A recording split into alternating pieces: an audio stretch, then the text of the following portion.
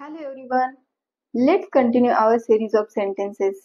And our first sentence is त्याला वाटते आता त्याला कोणाचीही गरज नाही. हे सेंटेन्स काय आहे? त्याला वाटते आता त्याला कोणाचीही गरज नाही. असं जेव्हा बोलायचं असतं तेव्हा बोला he feels like he doesn't need anyone anymore. Say he feels like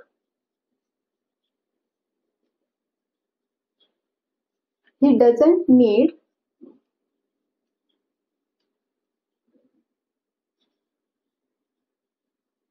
anyone anymore. He feels like he doesn't need anyone anymore. Means त्याला वाटते आता त्याला कोणाचीही गरज नाही. सपोज तुम्हाला इथे बोलायचं आहे की तिला वाटते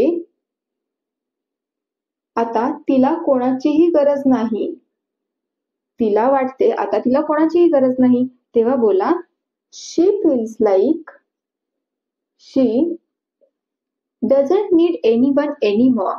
त्याला वाटते आता त्याला कोणाचीही गरज नाही. He feels like he doesn't need anyone anymore. तिला वाटते आता तिला कोणाचीही गरज नाही. She feels like she doesn't need anyone anymore. तुम्ही इथं feels like च्या ऐवजी thinks सुद्धा बोलू शकता. He thinks he doesn't need anyone anymore.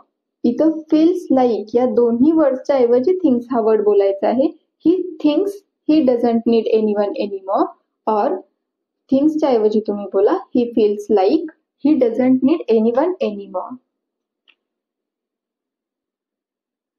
Next sentence तू किती वाजेपर्यंत घरी परतणार आहेस किंवा तू किती वाजेपर्यंत घरी परत येणार आहेस. तेव्हा विचारा what time will you be back home. Say what time will you be back home.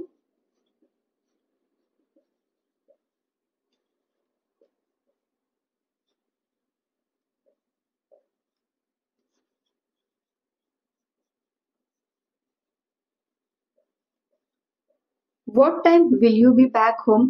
तू किती वाजेपर्यंत घरी परतणार आहेस किंवा तू किती वाजेपर्यंत घरी परत येणार आहेस. What time will you be back home. मी संध्याकाळी 6 वाजेपर्यंत परत येईन. बोला I will be back by 6 PM. I will be back by 6 PM. मी संध्याकाळी 6 वाजेपर्यंत परत येईन. I will be back by 6 PM. तुम्ही या टायमिंग ऐवजी कितीही वाजता येणार असाल, जसे की 7 वाजता येणार असाल किंवा 6:30 ला येणार असाल किंवा कोणताही टाइम असेल तर तुम्ही हे टाइम घेऊन तिथे बोलू शकता. I will be back by 7 PM और you can say I will be back by 6:30 PM और 7:30 PM. अशा प्रकारे तुम्ही कोणत्या टाइमला रिटर्न येणार आहात ते टायमिंग तुम्ही घेऊन इथे बोलू शकता. काळजी करू नकोस, सगळं ठीक होईल.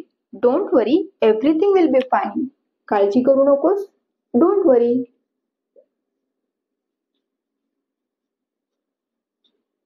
सगळं ठीक होईल, एव्हरीथिंग विल बी फाईन.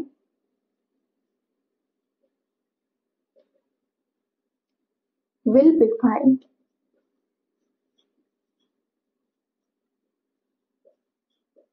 काळजी करू नकोस, सगळं ठीक होईल. Don't worry, everything will be fine. Suppose तुम्हाला बोलायचे की तिचे वडील तिचा खूप लाड करतात. तेव्हा बोला her father pampers her lot. Her father pampers her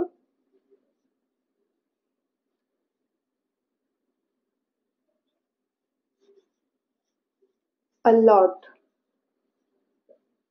Her father pampers her a lot. Pamper means लाड करणे. Pamper means लाड करणे. तिचे वडील तिचा खूप लाड करतात. Her father pampers her a lot. जर तुम्हाला इथं बोलायचं असेल त्याचे वडील त्याचा खूप लाड करतात तेव्हा तुम्ही काय बोलणार आहात. His father pampers him a lot. इथं डिफरन्स लक्षात घ्या. Her father pampers her a lot. Then जेव्हा तुम्हाला बोलायचं असेल त्याचे वडील त्याचा खूप लाड करतात तेव्हा बोला his father pampers him a lot. अशा प्रकारे तुम्ही वाक्य बोलू शकता. Thanks for watching and keep practising.